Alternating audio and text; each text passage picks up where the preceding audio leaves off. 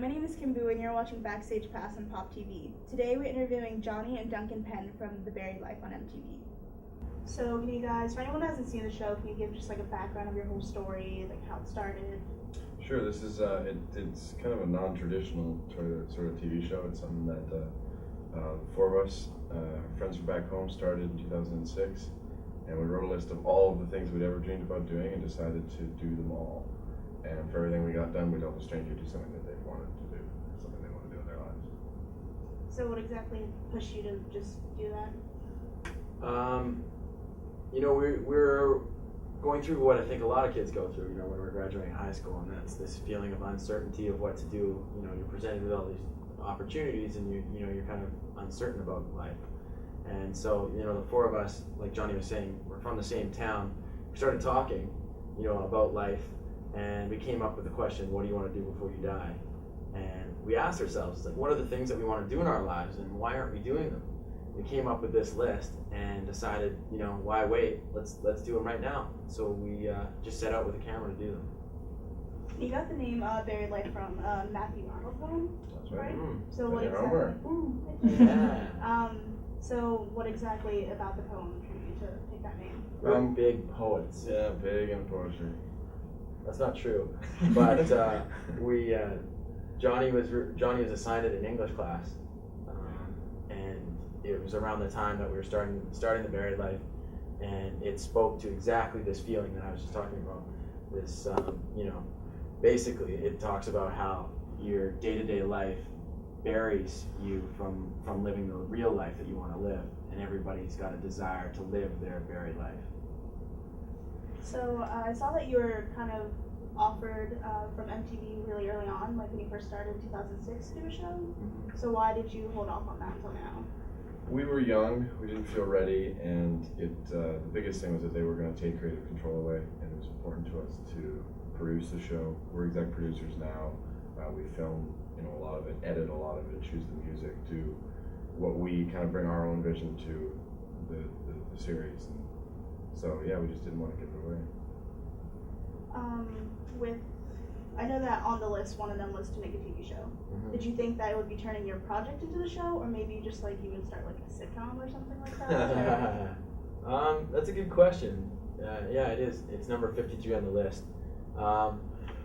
No, it happened pretty naturally. I mean, we set out, we were always filming it. We filmed everything from the very first meetings that we ever had, we filmed it. And, we wanted to make a documentary, and we still do want to make a documentary. But, we started looking at this footage, and, we started talking to MTV and decided the time was right to make a television show. And, the formatting just made sense. We'd go after something on our list and help somebody do something on their list. So it happened very kind of serendipitously and naturally. And how do you decide, do you guys talk to a lot of people in the area whenever you help one person, or do you just pick or help the first person you encounter, or think about their stories in order to help them? We tend to help people that you can tell that it means a lot to them. We ask people on the streets every day what they want to do before they die. In a cab or a cafe or a bar or wherever. But you can tell sometimes that it means something to the person. And also, we want to make sure that if we do help them, we're actually, making a difference. We don't want to just, jump into their lives and then not do something good. What do you want to do before you die?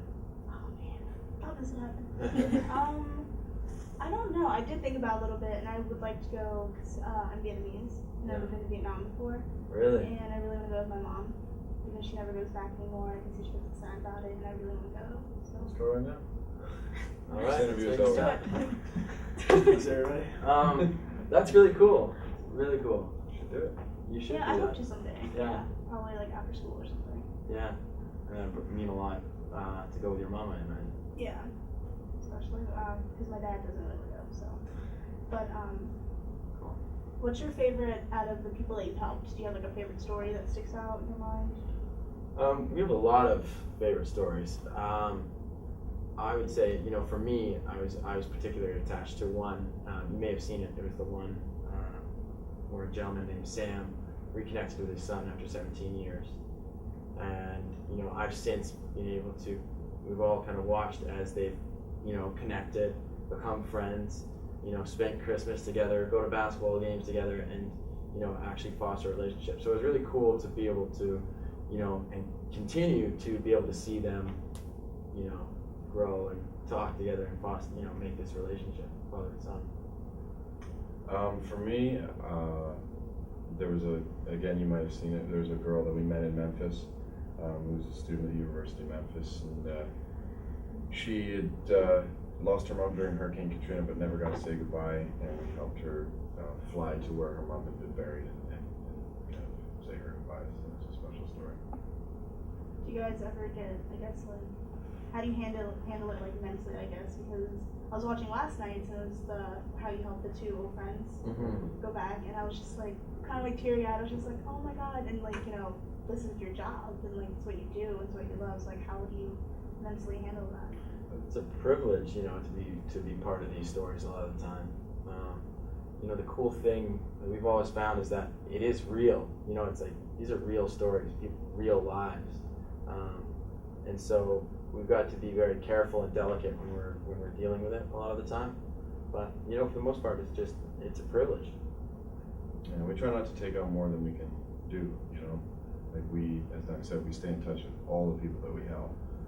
So you know, we want their, you know, that's why we tend to work with people that we can feel kind of a genuine attachment.